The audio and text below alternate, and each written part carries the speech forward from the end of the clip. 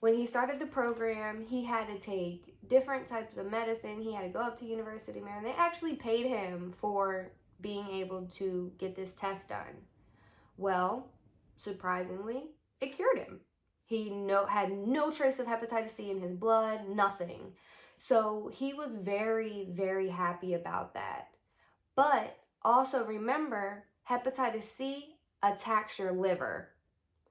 Now, back in my parents' days, it was party city. Drugs, alcohol, you know, going partying, drinking all night, staying up all night. We think that we partied and we do all that. That they got 10 times on us. So I don't know if your parents did it, but I know my parents partied and lived it up. They have fun.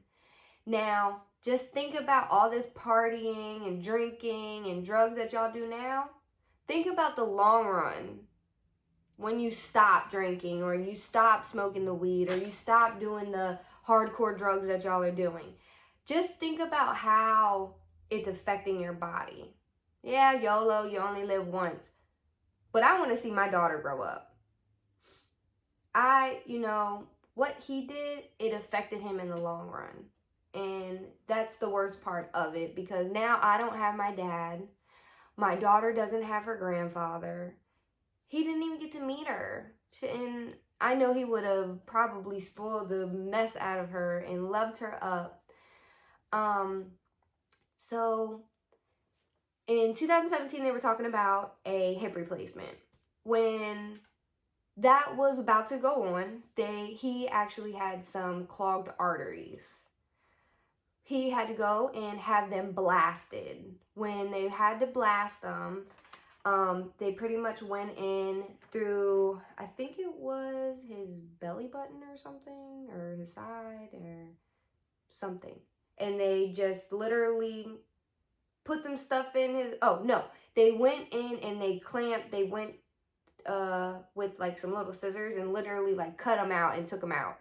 Well, when they were in doing that procedure, they actually saw on the CT scan when they injected the dye that he had something on his liver.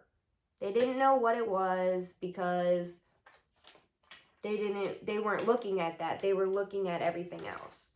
So when he came out, they were like, oh, well, you need to go and get a MRI done, a CT done with dye, and we'll see what it is.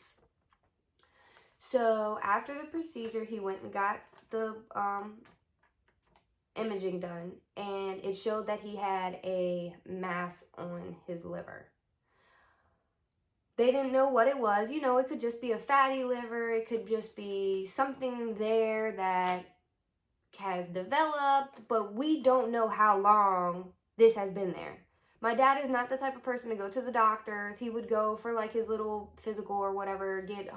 He did have high blood pressure. He had to do that. He had to get medicine for that, high cholesterol, stuff like that. So typical old man stuff, but he had to get it checked out. Now, his doctor told him way before, you need to go get a test on your liver. He never did it. He sweared up and down that he did not remember the doctor telling him, but we had to find out in the long run that they had to do a biopsy. So pretty much what the biopsy consisted of was they had to go in and cut a piece of his liver out and send it to a lab. That test took about 3 weeks to come back. And when it came back, they actually found out that it was cancer. Nobody wanted to hear that. My dad was actually, during the time, right before after they did the biopsy in March, my dad ended up having more clogged arteries. He actually had to get a double aorta bypass, which is a surgical procedure to create a new path around a large clogged blood vessel in your abdomen or groin area. Now, when they found out that he had this, they figured that this is what was causing the drop foot and my dad's hip to hurt, his knee, everything. When they did this procedure, mind you, before this, my dad could not feel nothing in his foot. Other than he was very ticklish, the skin was very soft. His foot was always like white because he didn't have good circulation in his foot. And after this procedure was done, the next day, my dad's foot looked just like the other foot. He could feel me poking him. He could actually feel himself stepping. It was amazing. Like, it was, I was so happy. I will show you the scar that he had. He was like, oh, look, I got a cool scar. It looks like I got a zipper. He was a fool, but he was happy. So with a double aorta bypass, pretty much it's placing a graft to bypass the clogged blood vessel. So I'll put a picture in also of kind of what it looked like. So it's like his spinal cord and then down to his leg, like a stick figure. So right where his legs and his like spine meet, they actually put in two little tubes pretty much that rerouted his blood to go to his legs. So then now he has circulation going to his legs and not blocked by them arteries. After that, when my dad actually had that procedure is when we found out that my dad had cancer. We were at doctor's hospital and Dr. Mendoza, he is amazing. He came and he spoke with me, my mom, and my dad, and he told us that he was going to do everything that he possibly could, and it was just a very hard time. At this point, I'm not pregnant. We're like, okay, well, this is in March. We're going to get through this. No.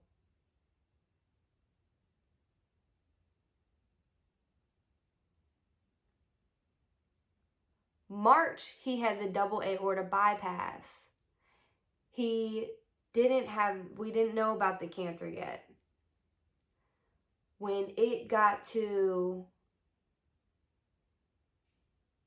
September was when we found out that he had cancer, because we had to go to the hospital because he was having really bad pain in his stomach. And when he got there, they told him that he had blood clots. It was hard of breathing, so my parents went to the hospital.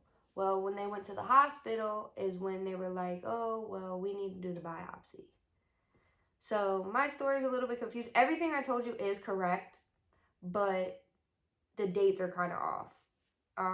So when we found out that my dad did have cancer, I was pregnant. On August 8th, I found out that I was pregnant.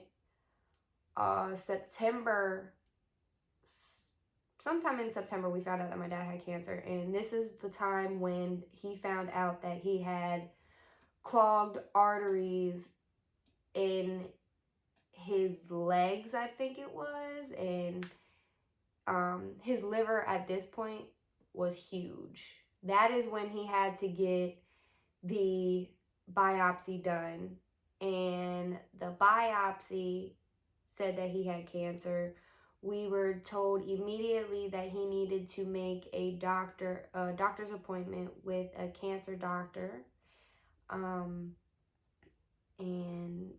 we had to go kind of from there.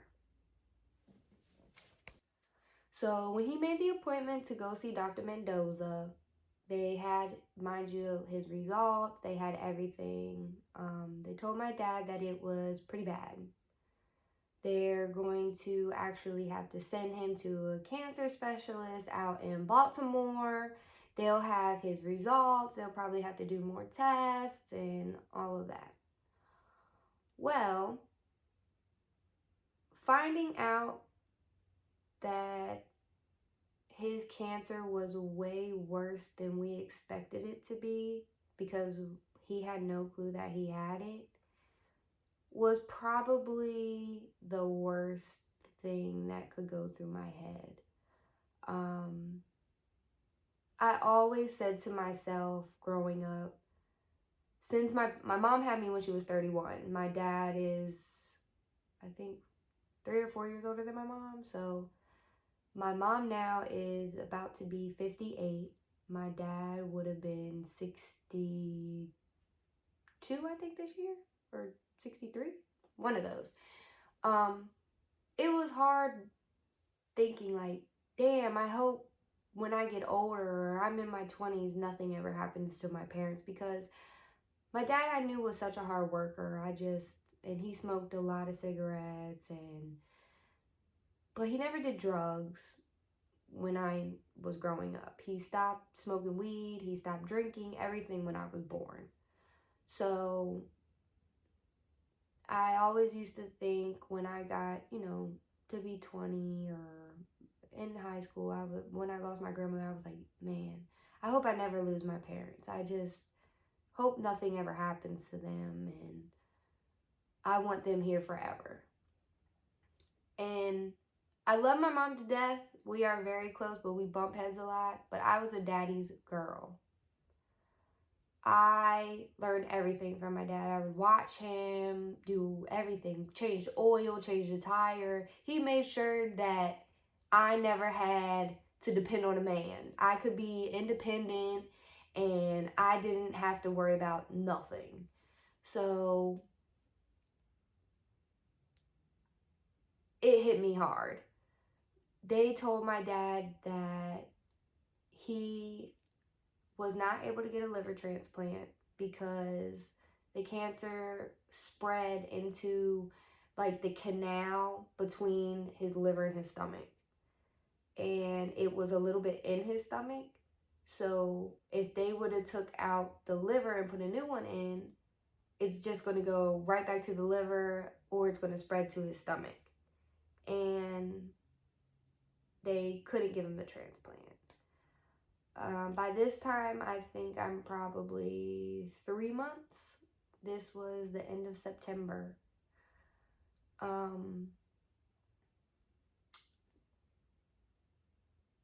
When I got to know that my dad it was very bad. The cancer was bad. Till this day, we don't know what stage it was in. And my dad didn't want to know. My mom didn't want to know. And I wanted to know, of course, because I wanted to know what I was looking at, what I needed to prepare myself for, since I am pregnant. And all these thoughts are going through my head like, oh my gosh, what if I lose my dad? What am I going to do? Like, I'm not going to want to be here no more. Like, I love my daughter to death now, and I'm happy I did find out I was having a girl, because she kind of pushed me to make sure that I keep myself collected.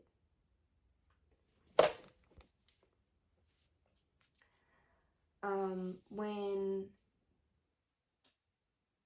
in October, my dad had to go to the doctors like every 2 weeks. He went from a very healthy man, plump, head full of, no, well, not a head full of hair, but a beard full of hair. This is him here, to pretty much skin and bones.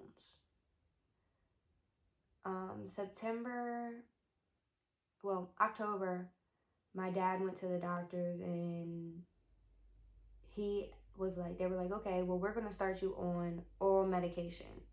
So it's like oral chemo pretty much, that he just takes these pills, and now he's on a blood thinner. My mom had to give him injections every single day. I think 2 or 3 times a day, so he wouldn't get blood clots, because if he were to get blood clots, a blood clot could kill him. And so my mom was on it. Like, she would write down everything. She was cooking healthy meals. Like, My mom, she like completely changed her life around to make sure my dad was eating, drinking, everything that he could. But when my dad started taking the medicine, instantly our worlds changed. Being 4 months pregnant, my dad, after the first 2 weeks of taking the medicine, he went to the doctors and they told him that his cancer actually doubled. The enzymes in his liver doubled. He, at this point, honestly, I felt like my dad wasn't wanting to give up, but his body was giving up. He kind of stopped eating. He didn't have an appetite. He barely drank water. He barely did anything. Then a week later, my dad went in, got more blood work done, and the cancer tripled. So at this point, my dad was given the option of, you can either start taking different kind of medicine, but you will have to stop taking the medicine you're on now, and we can then start the new medicine. Well, my dad was like, we want to do anything that we can to keep it going. Mind you, my dad also is having a hard time moving around. He just wants to lay down all day. He wants to sit in his chair. Like, he didn't even want to get up to go to the bathroom. One day, I went to my parents and I found out that my dad didn't take a shower for like 3 days. Or actually, I think it was like a week. And I told him, I said, let's go. You're going to take a shower. I'm going to help you. And we're going to get it done. We're going to go outside. We're going to get some fresh air. We're going to get you moving. I'm going to be here for you, and I'm going to make it work. So, I start helping him, and then all of a sudden he's like, no, I'm going to do it by myself. My dad goes in the bathroom. He closes the door. Then all of a sudden you hear this boom. Yes, he fell on the floor. At this point, I am freaking out. I'm crying. I'm like, move out the way, Daddy. I'm about to come in there. I told you not to do this. Like, my mom, she's freaking out because she's like, I can't pick him up. Well, the Hulk came out of me. 4-month-old mommy picked up that man, 100 and probably 50 pounds, dead weight, off of that floor. I picked him up fully. Got him up off that floor, and I made him take a shower. I helped him in the shower. He's like, no, Courtney, you don't have to do this. God has blessed these men with little girls because we are going to take care of them. My dad does not understand nothing. He didn't want no help from nobody. I said, let's go. I'm in my full outfit from work. Like, I still have my pants and my shirt on, and I am scrubbing him down. I did not care. I said, here, Daddy, you get the front of you, I'll get the back of you. I wash his hair, I wash his body, I wash his legs, his arms, he does down there, and we got it done. He felt so much better. But at this point, my dad is very jaundiced. You can see it in his eyes, you can see it in his skin. Jaundice means pretty much that has a yellow tint to him, that he's not hydrated, he's very skinny, and it broke my heart. But I'm not going to let that happen. I'm going to be positive with him, and I'm going to push him along the way. So after that, we get dressed. I wheel him on his little cart outside, and we just sit outside in the sun he probably sat out there for like an hour. And it made me happy because he wanted to be outside, and I felt that my positivity pushed him to want to do better and keep going. So a week after that, like 2 or 3 days after that, I take off of work and I go with my parents to see Dr. Mendoza.